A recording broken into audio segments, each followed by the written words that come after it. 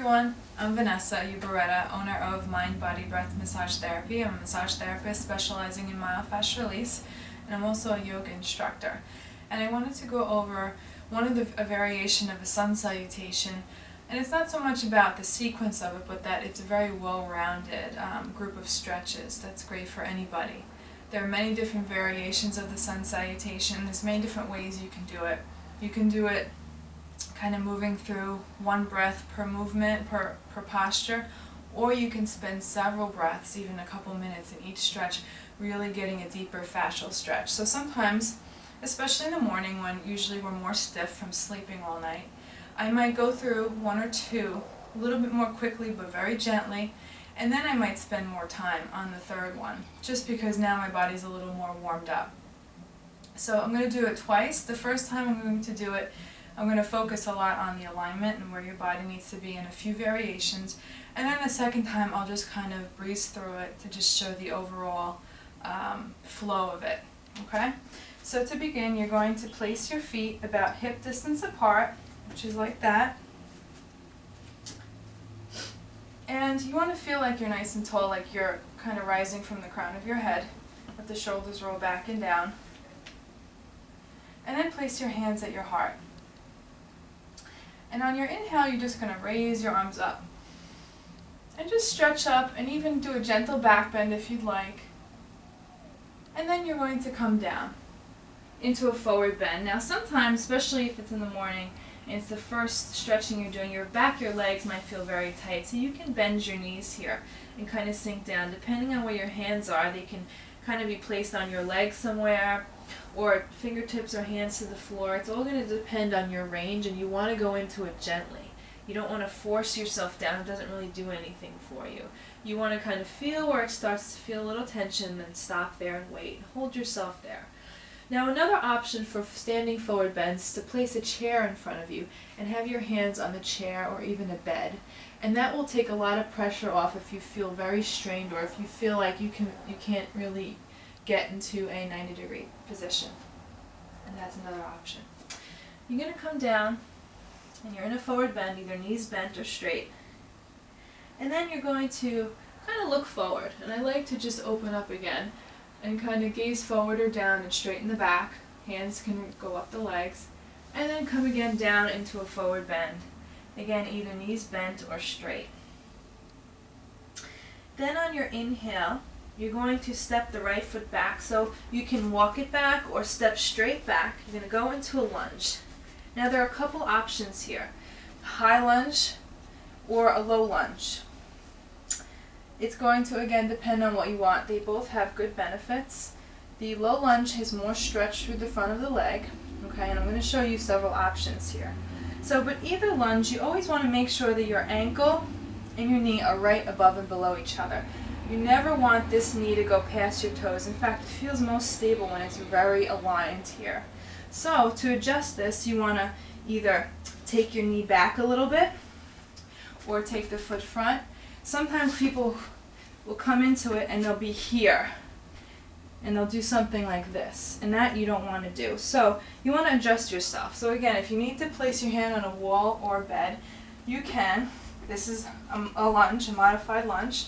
You're straight up, this is straight, you're here, and that's straight. So that, if you feel a stretch, is fine.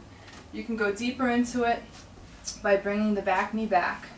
Again, always keeping this alignment. And then you let your hip drop a little. So your hands can be on either side or on the inside. Or again, if you'd rather be high, you can place your hands on a bed or help with the wall. Okay? High lunge is you're just high up. You're holding your leg strong on the right side, your quad muscle, and you're staying like this. Now then we're just going to come down onto our knees, hands and knees here. Hands are shoulder distance apart. Right below the shoulder, you want your wrist creases, fingers spread out. You want your knees hip distance apart, right underneath your hips, very square. And we're going to go into down dog. I could spend a lot of time talking about down dog, but you're going to tuck your toes under. You're going to take your shoulders and roll them down towards your butt so that your shoulders are in a good alignment. They're not going to be up by your ears when you're doing down dog. And just pull the belly in slightly and just rise up on your inhale. Push your hips up. Feel like your hips are getting really high. You're high on the toes. And then you can gently start to shift your heels back towards the ground. Now again, depending on your flexibility, you're not going to try to force them down. Okay? You're going to go to your flexibility. So if you feel like you're holding on to a lot of tension, it's very hard, you can bend the knees and see if you can straighten the upper body a little more. Now, typically, usually, this alignment is perfect for you. It is your knees are below your hips and your hands are here. That is usually a good alignment for most people. Now, you can play with it a little bit, but try to stay in this position and see how that feels for you. Okay? And then we're going to go into a forward bend now. So this is why it's so nice, because we're getting forward back bends, really elongating the whole body.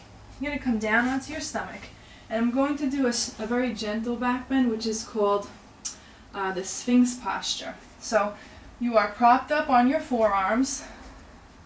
You're very square here, elbow to shoulder, so you feel supported. And now you can really relax.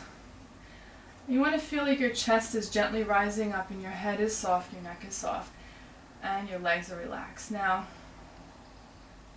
I usually breathe a little more gently, especially in really deep back bends in the beginning, because sometimes it's very opening and we're not quite used to it. Most of our daily activities, we're not doing any back bending. So you stay here for a few breaths and then you'll come down. And then coming back onto hands and knees. So I want to give an option for this down dog Sphinx back bend, forward bend thing.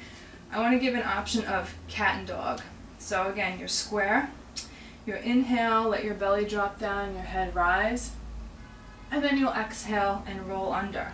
Head comes down, and then you are rising from the middle of your back, and your hips are rolled under. Okay? So that's an option if that's too much for you there. Okay? There's endless options. So now we'll go back into down dog, pretending like I'm doing it the other way. And then we'll come forward with our right foot. So first we stepped back with the right foot, now we're going forward. And it gives us the lunge on the opposite side. So again, don't have to be able to transition this way. You can walk, walk, walk, or come up, get into it, find what works for you, or come down to the knee, walk, walk, walk forward. Same thing as I went over before, same alignment, but we're doing the lunge on the opposite side. Then you'll come up, again, finding how you can walk forward, do step, step a few times, or come forward into forward bend again. So this time it'll probably feel a little easier.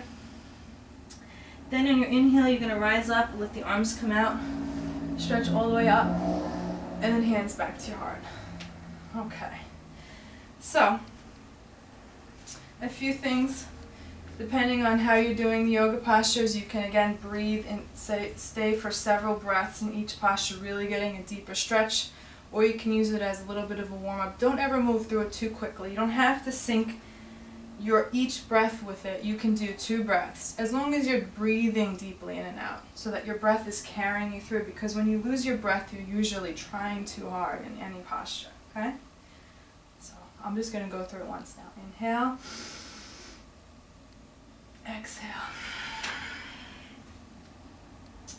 Inhale, looking forward.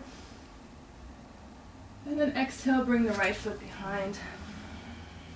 I'll stay in high lunge here, just for now. Inhale, down on your knee. Coming onto squaring off, up into downward facing dog. Coming down onto your belly, into Sphinx, and down again, pushing up onto hands and knees, squaring off, back into downward dog, walking however you can forward into lunge, getting good alignment here. Stepping the left forward, forward bend. Inhale as you rise up. And come down. And again, I usually spend more time. I like to really feel a deep stretch, so I'll usually spend several minutes in some of these stretches, varying things up. So try this basic sun salutation. I hope you enjoy. Let me know what you think.